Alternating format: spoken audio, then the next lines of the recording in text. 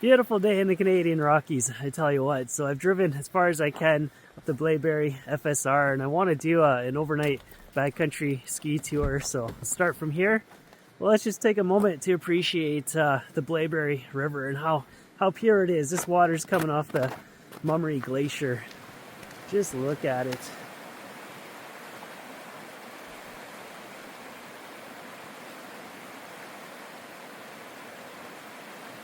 All right then, let's get all packed up, get moving, get this trip started.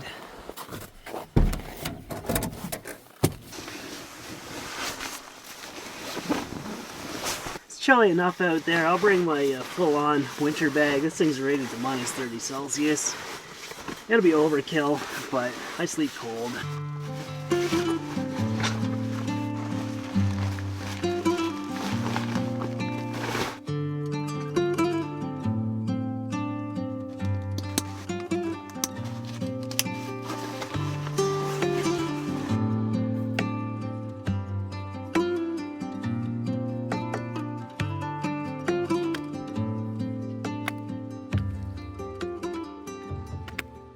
So I'm headed to the cirque northeast of Mount Wasedat. It's like this nice broad valley with a very low slope angle, like less than 20 degrees. Anything less than 30 degrees, I mean, very rarely will avalanche. Anything less than 25 degrees should be completely safe. But of course, you got to consider things like train traps and going through slide paths.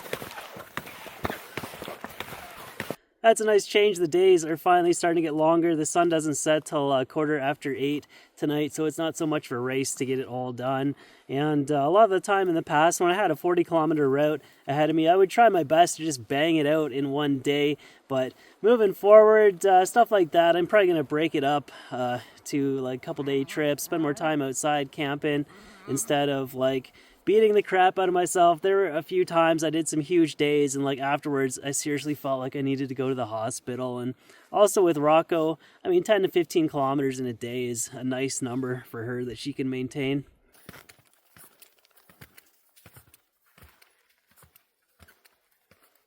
Speaking of the hospital, on my way back to Canada, I was camping near Okanagan, Washington, and just getting ready to go to bed. I felt a tinge of pain on my leg. I took a look, and there was a black-legged tick attached there, digging a hole. So I picked it off with some tweezers. I didn't really think anything of it because I didn't think it had been there very long. Definitely not 24 hours. So I just went on with my life. But over the next few days, I broke out in hives all over my body, and that's when it was time to go to the hospital here in Canada, and they prescribed me antibiotics for 6 days, and thankfully that put a stop to the hives. They thought maybe it could have been like an onset of Lyme disease or maybe this Rocky Mountain spotted fever. It's hard to say, but I never developed that like bullseye rash or anything like that, so I don't know. But all my time out west, I've never seen any ticks, never had a problem. This is a first for me, but be careful out there. It's scary stuff. But yeah, I kept the tick, and the doctor took it. He said he's going to analyze it in the lab and get back to me if they found anything. But he said Lyme is very rare in the West. It's more of like an Eastern thing. So, I don't know. Slide path sprint. Let's go!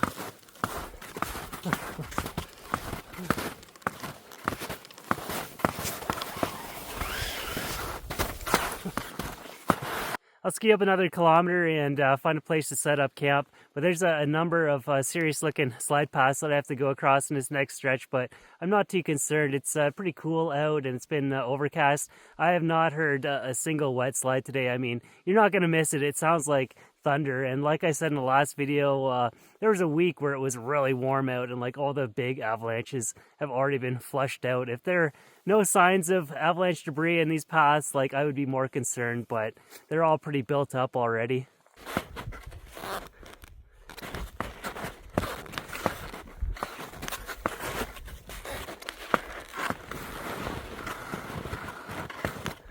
I'm glad I'm finished with that section for now. Just because it slid once doesn't mean it's not going to slide again. I'll go up here, see if I can find a nice piece of real estate by the creek, set up camp, have some dinner, stay warm.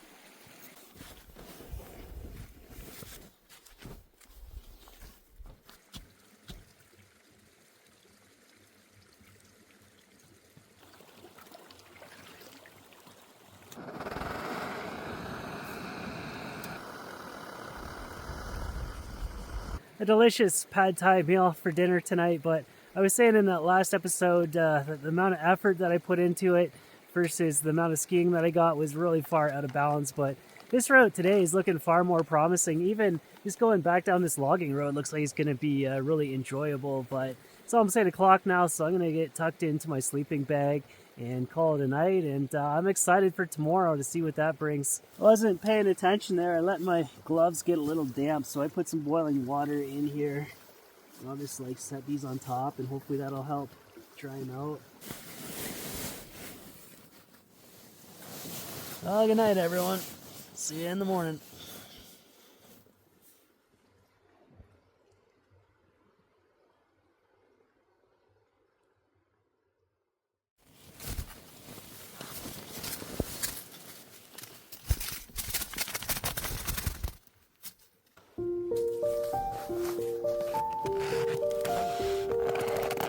Oh no! Oh no! Come on!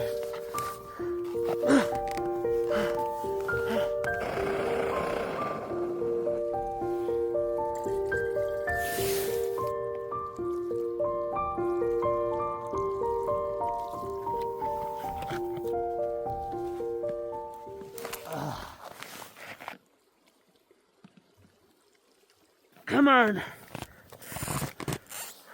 Would have been preferable to get going an hour sooner today, but a lot of wasted time just trying to get my boots on. They were frozen solid. I think in the future I'll just throw my boots right inside my sleeping bag to keep them warm. My toes are really cold, struggling to heat up these boots, but I'm excited. Let's get going. The snow conditions look beautiful. There's like 6 inches of powder on top of a crust.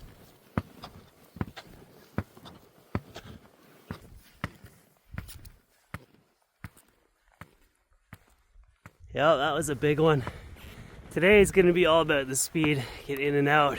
This is going 1,000 times better than that last trip. I'm going up so fast and efficiently.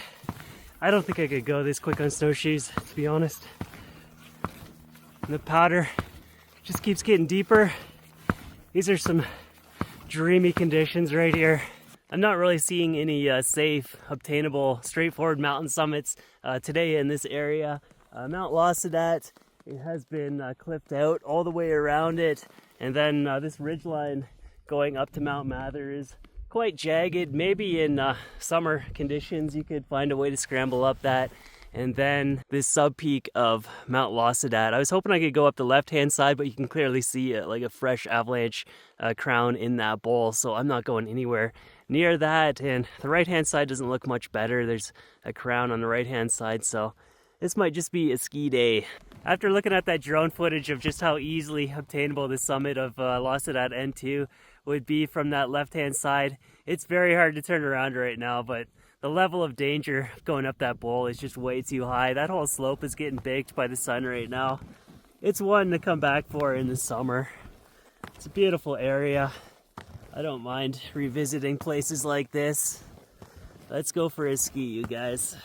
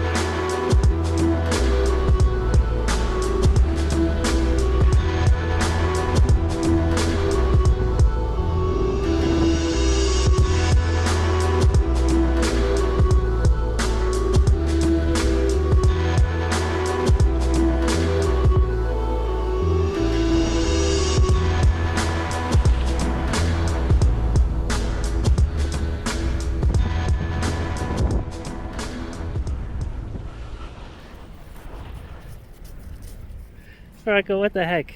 What are you doing?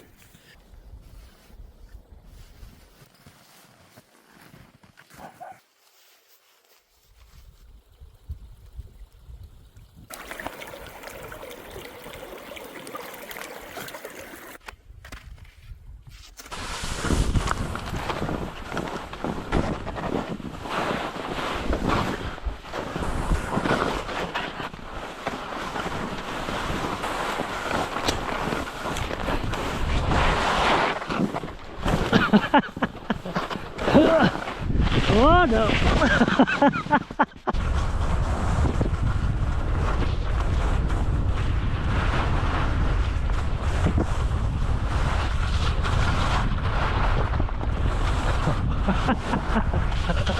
Oh man, this is fun.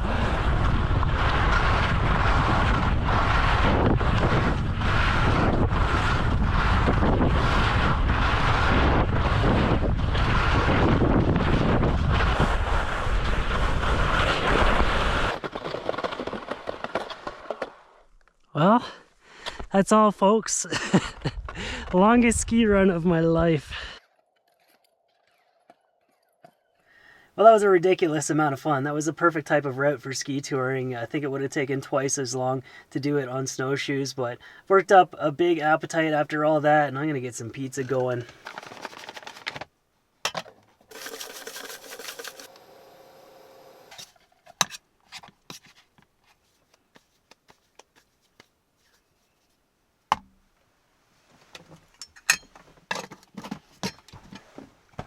Alright, so while I wait for the dough to rise, I've got a little van life project that I need to take care of. My roof vent has been really squeaky for the last month, so it's time to fix it. I ordered these 608Z bearings, and it's a pretty quick, simple job to replace them, so let's do that now. That works. It's like a little Torx screw in there. I'm pretty sure this size worked last time. I don't know why it's not working now. Okay, I found it. It's a Torx T10 that fits in there. I've got a 5/16 socket now to get these two nuts off. Before proceeding, make sure you pull the fuse and make sure there's no power going to it. Oh,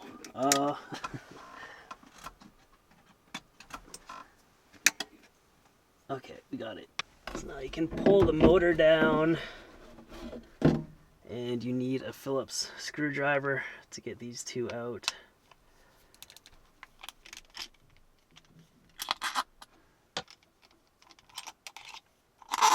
So now I'm going to pull this apart, and there will be a number of different pieces.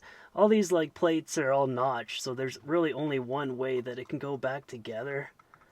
So don't worry too much if it all goes flying. There used to be a little horseshoe clip on here. I lost it. It went flying. Doesn't matter though.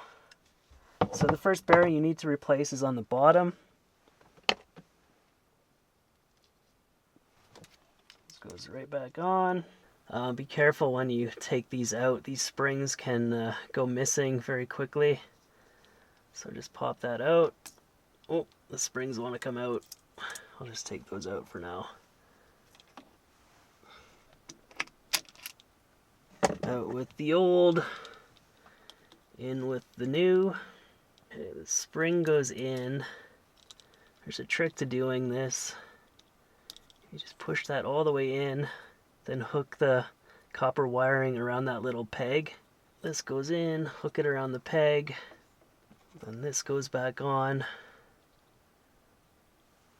This needs to go in first like this. And then you take these wires off the peg so it like clamps in. This all needs to come off. Just try to hold it tight so that it doesn't jump around because these magnets are very strong.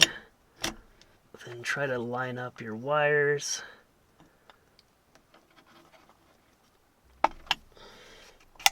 There's the notch.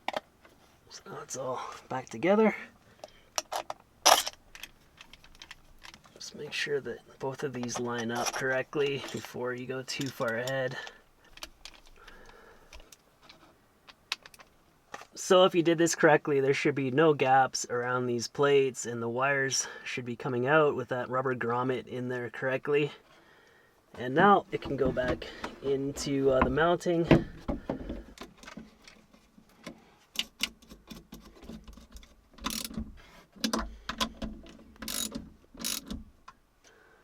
And this slides back on.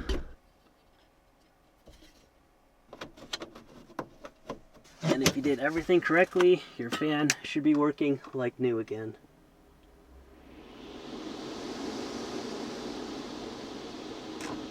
Beautiful.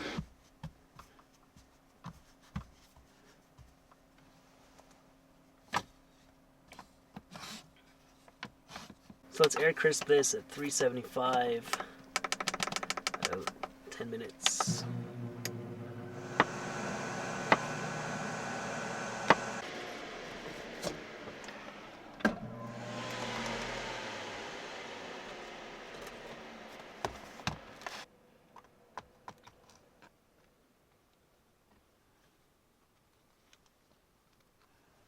I'm really missing Tillamook shredded cheese already. This stuff just does not compare. It's air crisp. I don't know, another 5 minutes-ish.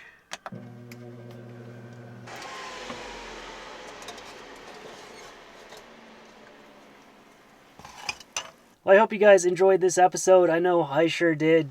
Camping in the snow brings a whole new set of challenges with it. After one night, pretty much everything I had was wet, including the inside of my ski boots. So I'm not sure how you would like sustainably do like a multi-day ski traverse. It would definitely help if you had huts along the way with like a propane furnace inside that you could dry yourself out. But we'll see. We'll see. Maybe I'll tackle that in the future at some point. It's a lot of fun to get out there and ski tour. But anyway, thanks for watching. Hope everyone is doing good, and I'll see you in the next one.